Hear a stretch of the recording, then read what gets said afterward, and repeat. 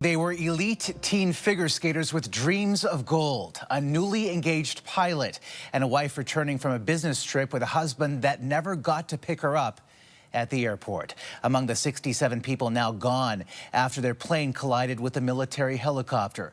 Tonight, the flight data and voice recorders from the plane have been recovered, and the urgent recovery mission continues. CTV's Genevieve Beachemin is on the banks of the icy Potomac tonight. Jen. Yes, Omar, search for bodies and for answers continues on the river tonight. An all-hands-on-deck effort, say officials.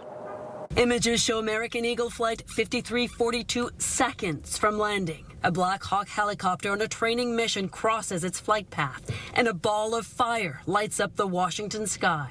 Crash, crash, crash. This is alert 3. Crash, crash, crash. This is alert 3. The midair crash plunged both aircraft into the icy Potomac River. When we went to the roof, it was insanity. Police trucks, ambulances, command vehicles.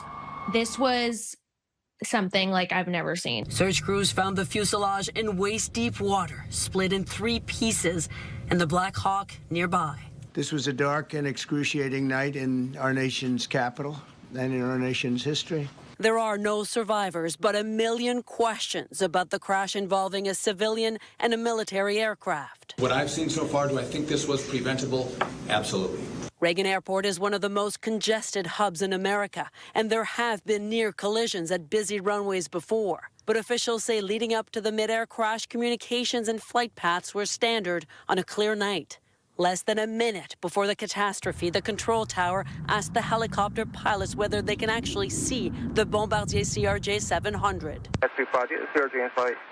This club has an aircraft in flight precision separation. They radio back, yes, and are then told to pass behind the jet. The black box recordings from the plane have been recovered, and investigators will use them to try to find out what the pilots were actually looking at. Perhaps it was another passenger jet. They're also looking into why both aircraft were at the same altitude and whether staffing at the control tower was adequate. We do not know enough facts to be able to rule in or out human factor, mechanical factors. That is part of the NTSB investigative process.